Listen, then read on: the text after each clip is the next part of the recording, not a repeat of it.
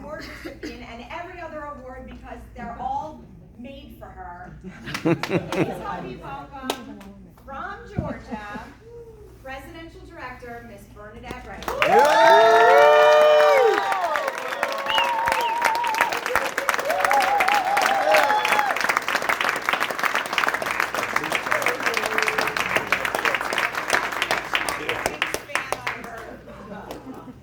Because you're scared of her. She's scared. Yeah. I am a little scared of her. I gotta tell you, that was probably one of the most heartfelt introductions that I've probably ever had, and I gotta say thank you. Thank you for being who you are. Thank you for the spirit that you have that allows you to stand in front of the room and make sure that you recognize everyone here for all the accomplishments that you do. Thank you for the heart of service that you do have. Yeah. Because it's probably why we're so close. And just thank you. Yes.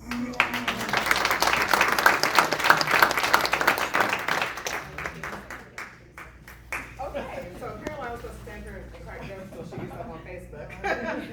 So, how y'all doing tonight? Great. You know, I kind of feel like with so many of you standing, I was like, God, the pressure's on. I was like, all these cameras are, y'all really want me to say something tonight. I thought I was going to come up here and eat cake. You ready? So I got to do a disclaimer here because I kind of feel like Faith was up here and Faith has had this magnificent journey in her business. And she's like, oh, managing director, 8 days. I was like, she said that like I had cereal for breakfast this morning. So Faith comes with a disclaimer. I could just see compliance now.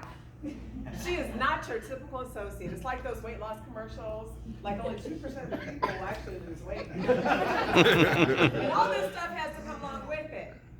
But Faith isn't your typical associate. Because a lot of people won't do the work Faith did. Faith got into business and she saw an opportunity to address a need that she had in her life, and she decided to go chase it down. She has hundreds and hundreds of associates and thousands of customers. She didn't hit her 300 club last week. She hit it in June as a senior director. Halfway through the year, she was done. And she's still working on building the business. Why? Because she understood that the value of our business is pouring into other people. So tonight, I just want to talk a few minutes about getting back to what it is we really do, and that's connecting. We started this whole journey with this vision that said, you got a why, you can chase it, you want to get in the business, you want to promote, you want to help other people, but somewhere along the way, we started chasing accolades. We started chasing recognition. There's nothing wrong with that. We started chasing the 300 Club. We started chasing trips. And sometimes we started to get a little anxiety about it. And we started to lose a little focus. And that's all everybody's talking about is, I got to get the 300 Club. I got to get this trip. I got to get that. What happened to your why? Because if we'd all get back to our why, and we'd all connect to the fact that we're here to serve, and that we're here to help each other, and then we got to pour into that person's dream and make it our own, you get to the 300 Club. You make it on the trip. You talk to more people. You do the right thing. You tell the right stories. Stories that connect. See, it's not just about the cars. It's not just about the trips. It's about the fact that there's a mother who's waiting on you to share this opportunity with her. In 2008, there was a lawyer that was waiting on a neighbor to tell me about a business that I didn't know at the time I wanted anything to do with. At that time, I had been practicing law for about 7 years. I'm married to a super handsome attorney who also practices law. He has his own firm. At that time, I had my own firm working 80 hours a week. On the outside, we're doing well. 5,000 square foot house, the pool, the 2 dogs, the 2 cats, the 2 kids, everything that you could see if you want visually. It was the TV commercial. But what you didn't see was the mortgage that came along with it. What you didn't see was the time we didn't get to spend with our kids. What you didn't see was the soccer games that I missed. What you didn't see was the time I spent in jail talking to clients. What you didn't see was the fact that every single morning when I got up and said good morning, I didn't really mean it. They just became words. And I have to just tell you my story and be honest with you about where I was when this business knocked on my door. I needed oxygen. I had lost myself in this dream that I created, and that I thought, this is what I want. Because I'm a first-generation college student. My family didn't come from a certain side of the tracks. We didn't have a lot. And I knew I had to break the mold. I had to do something different. But at the end of the day, I ended up back in the same cycle. I just had more money in it. But I was still drowning. I was still getting up doing the same thing every single day. And I still was not living in my purpose. Does anybody here know what I'm talking about? It's about two of y'all. By the end of this, I'm gonna be so I wasn't walking in my purpose. So I recognized the opportunity. And it did not come in the package I thought it was gonna show up in. So I don't know who you are, but there's always someone watching the business presentation, and you know you need a solution, and you know you need something different, and you know your family is counting on you, but this don't look like the box you wanted the gift to show up in. I know it doesn't, because it didn't look like it for me. I was like, oops, hold on. I got a law degree. I married a guy who went to Princeton. Like, we don't do that. We go to country clubs and all that stuff. That's what my husband, I came in the house, he was like, hold on, sister. What did you just do? We don't do those things. I was like, oh, okay. I guess I'm doing it. So I did this business, and it was non-traditional. But let me tell you something interesting about that. At that time, I had dedicated 8 years of my life to saving people from different situations in the law. But over the next 10 years, I learned how to save people from something else. I learned how to save people from despair. I learned how to save people from a lack of hope. I learned how to save people from thinking that they could never have more. I learned how to pull some people's dreams out of the lake of forgetfulness. And this was a bigger calling than anything I ever could have done with my law degree. This business is about connecting. That one person who you talk to could change the lives for hundreds. So the question becomes who you're waiting for.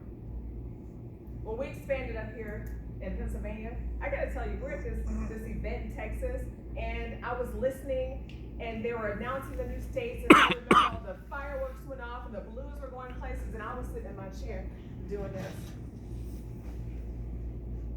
I was not happy. Because I didn't know a single soul in the state of Pennsylvania. And everybody was jumping up and, oh my God, I'm gonna be rich. And I was like, what? I was like, I hate this company. I was like, I can't stand it. I don't know why I'm sitting here in Texas. But I knew I had to do something because that fear of loss was starting to kick in, and that anxiety would start to kick in, and I didn't want to be left behind because this was the first state that we had no credit checks, the first state that we had no deposits. And I want to back up for a second and talk about something Brian said in business presentation, then I'll get on with my script here, my story. I will trade your rates for our deposits any day of the week. Yeah. Let me say it again for those of you who didn't get it. I will trade your rates for our deposits any day of the week. Because I don't care if it's the same or less. If you have a relationship with me and you live in this state, you need to be my customer because we're a relationship business. We're not here to sell rates. So I will trade your rates for our deposits because even with relationships in Georgia, I can't make you that $150 deposit to be my customer.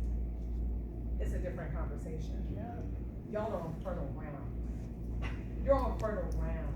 Repeat after me. You're on fertile ground. You're on fertile ground. It's a different situation up here.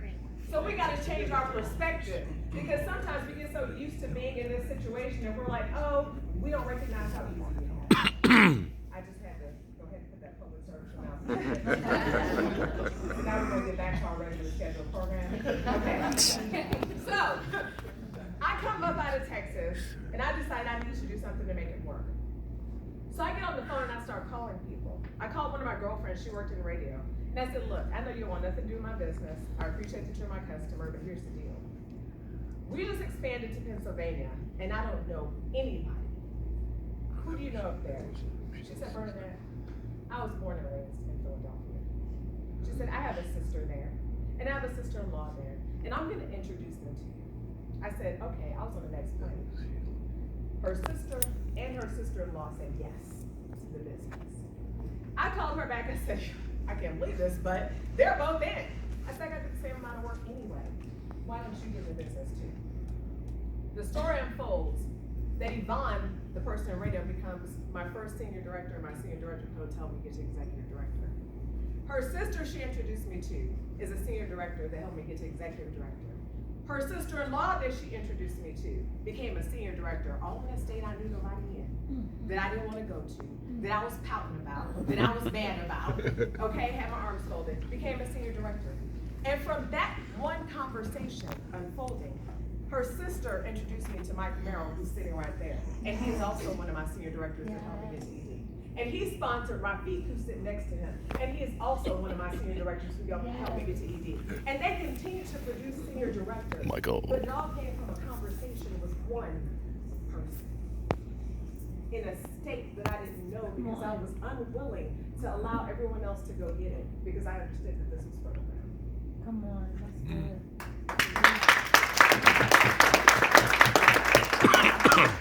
So what one person Come on. is waiting on you to open your mouth and tell them about it? What one person can you pull their dreams out of that sea of forgetfulness and make them remember that the proof is here?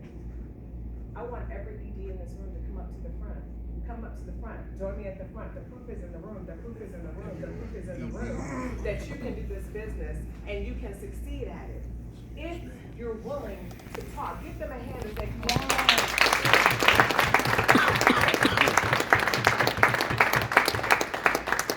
So every single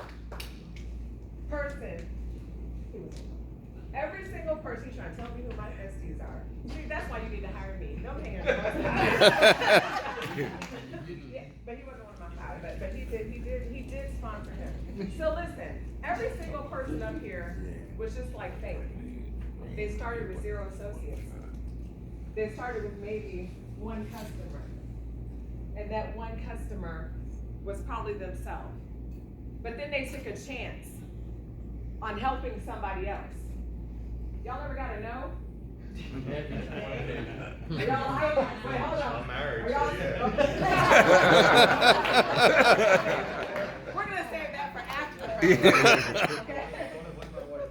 Have you ever been disappointed? I'm married. Okay. Have you ever felt like you didn't want to do it anymore because it was too hard? Yes. But did your why keep you going? Did your team keep you going? Yes. And sometimes, guys, it's more our team that keeps us going than our why. Because I know that I made a commitment to you. I know that I told you that I would help you pay for your kids' college tuition. If you would work, that I would work with you. I know that you're relying on my credibility when you got in the business, so I can't afford to quit. Guys, we are in the final quarter of not this year, but of a decade. I want y'all to let that marinate. As we end this decade, I need everyone in this room to ask themselves, are you where you want to be? Is your outlook right now better than it was 10 years ago? For so many people in this country, it's not. And if it's not, what are you going to do about it? How many people can you commit to connecting with?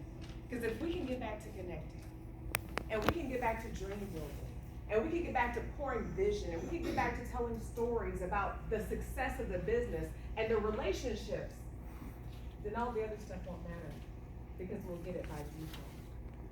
So I just stopped by here to tell you that we are in the business of connecting. And it's time for all of us to reconnect with why we're here. Thank you guys for being here.